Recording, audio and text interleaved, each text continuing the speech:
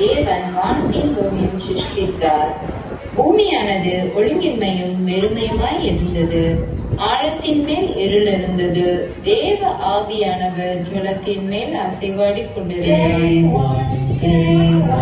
God made light and there was none.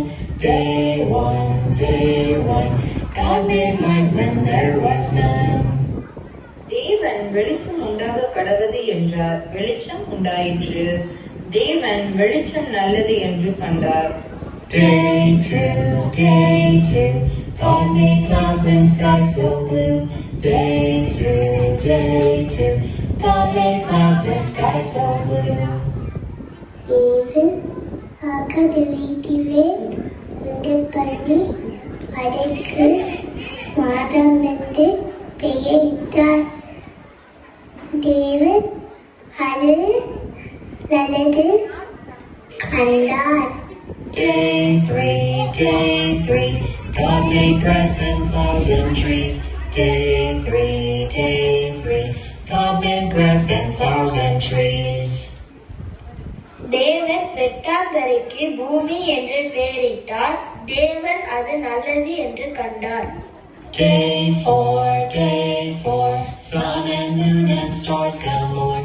Day four, sun and moon and stars galore. தேவன் பகலையால பெரிய சுவரும் இறைமையால சிறிய சுவரும் ஆகிய 2 மகத்தான சுடர்களையும் நட்சத்திரங்களையும் உண்டாக்கினார். தேவன் அது நல்லது என்று கண்டார். Day five, God made birds and fish alive. Day five, God made birds and fish alive.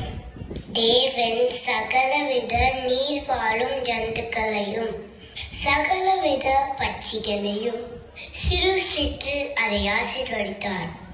தேவன் அது நல்லது என்று கண்டார். Sixth day, God made animals and man that day. Sixth day, God made animals and man that day. சகலவித விலங்குகளை படைத்த தேவன் மனுஷனை நமது சாயலாக படைத்தார். அவனை தேவ சாயலாகவே சிருஷ்டித்தார். ஆணும் பெண்ணுமாக அவர்களை சிருஷ்டித்தார். தேவன் தாம் உண்டாக்கின எல்லாவற்றையும் பார்த்தார். அது மிகவும் நன்றாய் இருந்தது. Day seven, God has rested in his heaven. Day seven, God has rested in his heaven. தேவன் தாம் செய்த தம்முடைய கிரியையை 7ஆம் நாளிலே நிறைவேற்று. தாம் உண்டாக்கின தம்முடைய கிரியையெல்லாம் முடித்த பின்பு 7ஆம் நாளிலே ஓய்ந்திருந்தார். தேவன் நேரம் நாளை ஆசீர்வதித்து அதை பரிசுத்தமாக்கினார்.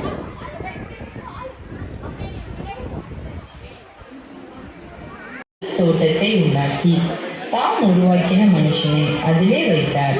நீ தோட்டத்தில் உள்ள சகல விருட்சத்தின் கனியையும் புசிக்கவே புசிக்கலாம், ஆனாலும் நன்மை தீமை அறியத்தக்க விருட்சத்தின் கனியை புசிக்க வேண்டாம். அதை நீ புசிக்கும் நாளில் சாகவே சாவாய் என்று கட்டளையிட்டார். பகலில் குளிர்ச்சியான வேளையிலே தோட்டத்தில் உலாவுகிற தேவனாகி கர்த்தருடைய சத்தத்தை அவர்கள் கேட்டார்கள். சர்ப்பமானது எல்லா விலங்குகளிலும் தந்திரமுள்ளதாய் இருந்தது. ஏவாள் தனியாக தோட்டத்தை சுத்தி வரும்போது சர்ப்பம் அவளை பார்த்து, நீ தோட்டத்தில் இருக்க எல்லா கனியும் சாப்பிடலாமான்னு தேவன் அவங்ககிட்ட சொன்னாங்களான்னு கேட்டுச்சு. நாங்கள் எல்லா கனியும் சாப்பிடலாம், ஆனால் இந்த தோட்டத்தில் நடுவில் இருக்கிற அந்த கனியை மட்டும் நம்ம தொடவும் கூடாது, அதை சாப்பிடவும் கூடாதுன்னு சொன்னாங்க. அது ஏன் சாப்பிடக்கூடாதுன்னு உனக்கு தெரியுமா? நீ அதை சாப்பிட்டீங்கன்னா நீ சாகவே சாக மாட்டோம், கண்ணெல்லாம் தெரிஞ்சிடும். அப்புறம் தேவர்களை போல நீ மாறிடுவா, தேவன் உனக்கு அதை சாப்பிடக்கூடாதுன்னு சொன்னாங்க. ஆனால் அதெல்லாம் உண்மையே சூப்பரான பழம். உன் கண்ணெல்லாம் திறந்துடும், உனக்கு அறிவு நிறைய வரும். அந்த கனியை சாப்பிட்டா நிறைய நன்மை நடக்கும் தெரியும் உனக்கு. அதனாலதான் உன்னை தேவன் அதை சாப்பிடக்கூடாதுன்னு சொல்லி வச்சாங்க. நீ இது கூட உனக்கு தெரியல பாரு. நீ சாப்பிடு, அதெல்லாம் ஒன்றும் இல்லை, செம்ம டேஸ்டா இருக்கும், சாப்பிட்டு பாரு, உனக்கே வித்தியாசம் தெரியும். அந்த ஸ்திரீ தேவனுடைய வார்த்தைக்கு கீழ்ப்படியாமல் சர்ப்பத்தின் வார்த்தைக்கு கீழ்ப்படிந்து அந்த கனியை பறித்து புசித்து தன் புருஷனுக்கும் கொடுத்தாள். அவனும் புசித்தான். அப்பொழுது அவர்கள் இருவருடைய கண்களும் திறக்கப்பட்டது. அவர்கள் தங்கள் நிர்வாணிகள் என்று அறிந்து அத்தி இலைகளை தைத்து தங்களுக்கு அரைக்கச்சிகளை உண்டு பண்ணினார்கள்.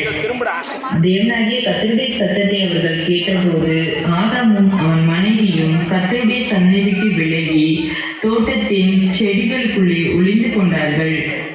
கர்த்தர் ஆதாமை கூப்பிட்டு, நீ எங்கே இருக்கிறாய் என்றார். அதற்கு அவன், நான் தேவனுடைய சத்தத்தை தோட்டத்திலே கேட்டு நான் நிர்வாணியாய் இருப்பதினால் பயந்து ஒளிந்து கொண்டேன் என்றான்.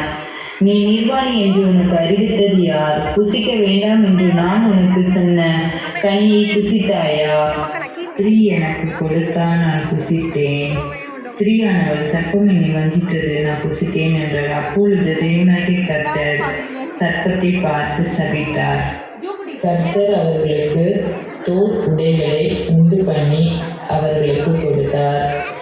பின்பு அவர்களை ஏதேன் தோட்டத்தை விட்டு அனுப்பிவிட்டார். நாம் ஆதாம் ஏவாளை போல் வஞ்சிக்கப்படாமல் தேவனுடைய வார்த்தைக்கு கீழ்ப்படிந்து இருப்போம்.